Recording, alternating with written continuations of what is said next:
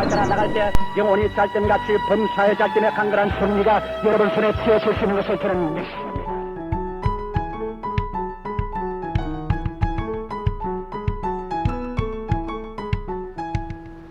할렐루야. 말씀이 흐르는 마음하늘 내적 치유입니다. 예수 그리스도는 어제나 오늘이나 영원토록 동일하십니다. 좋은 일은 잘 되니 좋고 안 좋은 일은 모든 것이 합력하여 선을 이룰 것이니 좋은 것이죠. 오늘은 기분이 어떠세요? 오늘은 나는 우연히 만들어진 별로 중요하지 않은 존재라는 인식을 가진 그러한 정체성에 대해서 한번 나누어 보죠. 자, 이런 인식을 갖게 되는 이유는 무엇일까요? 만일 어떤 사람이 그 부모에게 전혀 한 인격체로서의 가치를 존중받지 못하고 인정받지 못했을 경우에 그는 자신에 대해서 어떤 생각을 갖게 될까요? 단지 아들이 아니라는 이유로 인격적인 존중을 받지 못했다거나 혹은 부모의 마음에 들지 않는 점을 가지고 있다는 이유로 너는 없어져야 할 아이다 라는 식의 대접을 지속적으로 받아왔다면 또 이처럼 부모가 가치 없다고 인정하는 아이가 스스로 어떤 자부심을 가질 수 있을까요? 많은 어머니들이 어머니로서 성숙하지 못한 상태에서 어머니가 되고 그리고 귀찮은 감정을 가지고 아이를 만나게 됩니다. 그러기에 그 어머니는 자신의 말 하나하나, 행동 하나하나가 아이에게 상처를 주고 그 결과로 얼마나 깊은 영향을 주는지 알지 못합니다. 이런 과정 속에서 아이들은 스스로의 존재에 대해서 회의를 느끼고 자신이란 존재의 중요한 가치를 전혀 알지 못합니다. 다만 자신이 남녀의 성관계 속에서 우연히 만들어진 존재일 뿐이다 라는 생각을 하게 되는 거죠. 자신을 우연히 만들어진 존재라고 생각하는 한 그는 자신의 인생에 전혀 깊은 책임감을 가지지 못합니다. 다만 다른 사람들이 사는 대로 살아갈 뿐인 거죠. 목표 없이 달리기를 하는 사람처럼 모든 것이 우연이고 운명이라고 받아들입니다. 자, 그러므로 인간은 자신이 누구인지 모른 채 태어나죠.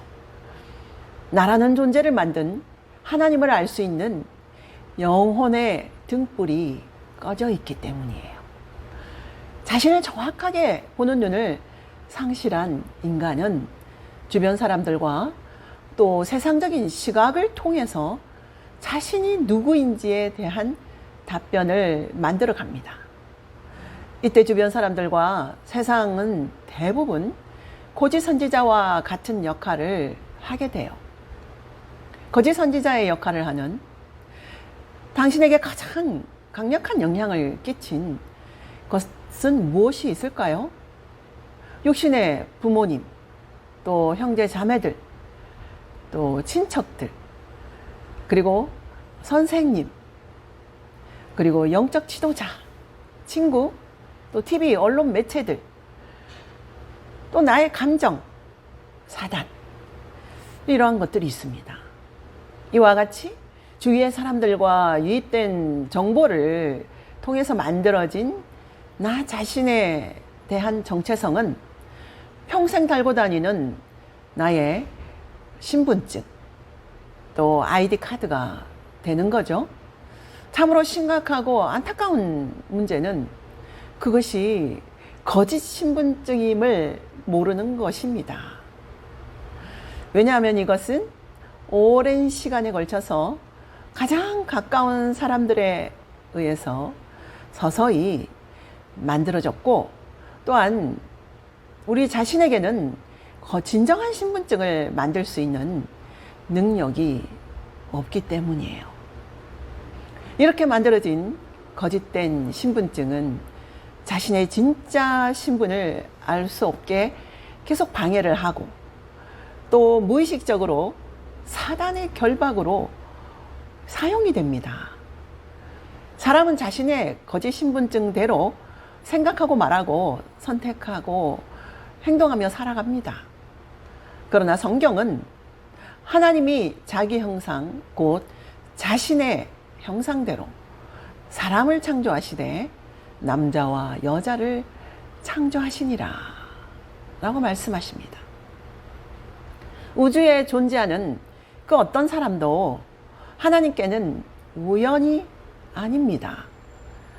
설사 부모가 타락한 생활 속에서 아이를 잉태했을지라도, 혹은 당신의 존재의 태어남이 그 어느 누구에게도, 심지어 당신의 부모에게까지도 기쁨이 되지 못한다 할지라도 하나님께는 당신은 특별한 존재입니다. 당신은 하나님의 놀라운 계획 속에서 태어났기 때문이에요. 시편에서 다윗은 이렇게 말합니다. 내 부모는 나를 버렸으나 여호와는 나를 영접하시리다. 성경은 주님이 모태에서부터 우리의 장부를 지으셨다고 말씀하십니다. 그분은 우리를 지으실 때 아무 이유 없이 즉흥적으로 만드신 것이 아니라 분명한 이유와 계획을 가지고 만드셨어요. 내 존재는 결코 우연한 것이 아니고 나는 아무 가치 없는 사람이 아니라는 거예요.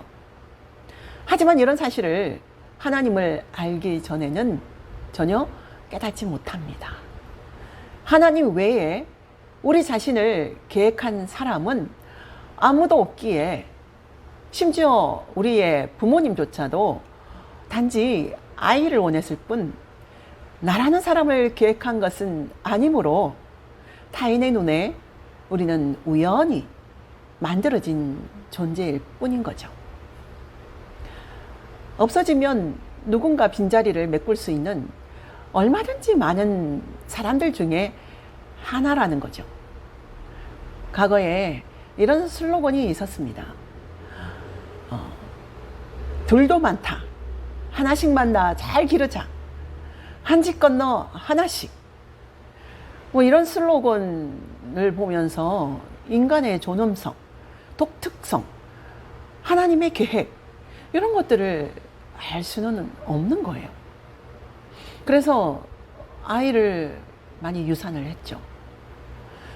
그러나 하나님께는 우리의 존재가 너무나 귀한 존재고, 우리를 계획한 분이시고 만드신 분이시고 계속해서 우리의 인생을 책임져 주시는 그런 분이십니다.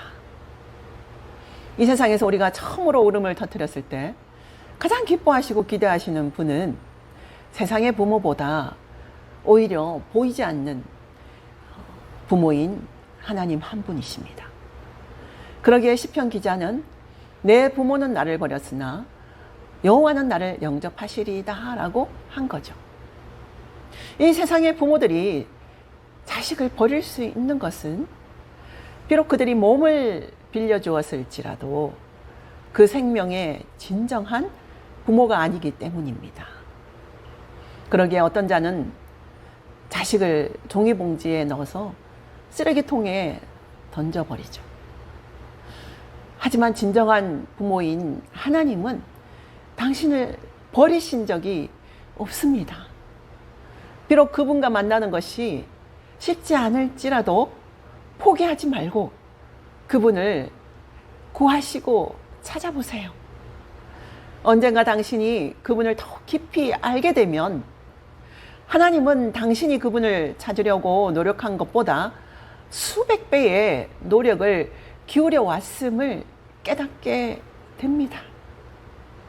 이사야를 통해서 이렇게 말씀하세요.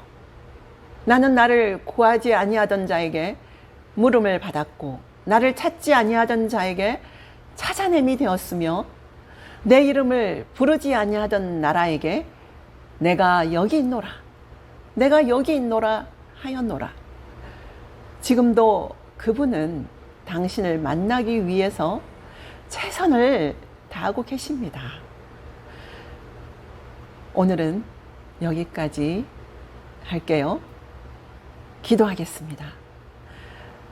사랑하는 주님, 나는 별로 중요하지 않다라는, 나는 우연히 만들어진 존재라고 생각하는 분이 계신다면 이 시간에 하나님 만나 주시옵시고, 하나님은 나를 특별히 만드셨고 나의 전 인생을 알고 계시고 책임져 주시는 분이시라는 것을 이 시간에 깨닫게 하여 주셔서 나는 얼마나 중요한 존재인지를 깨닫고 감사하는 정체성을 가지게 하여 주시옵소서.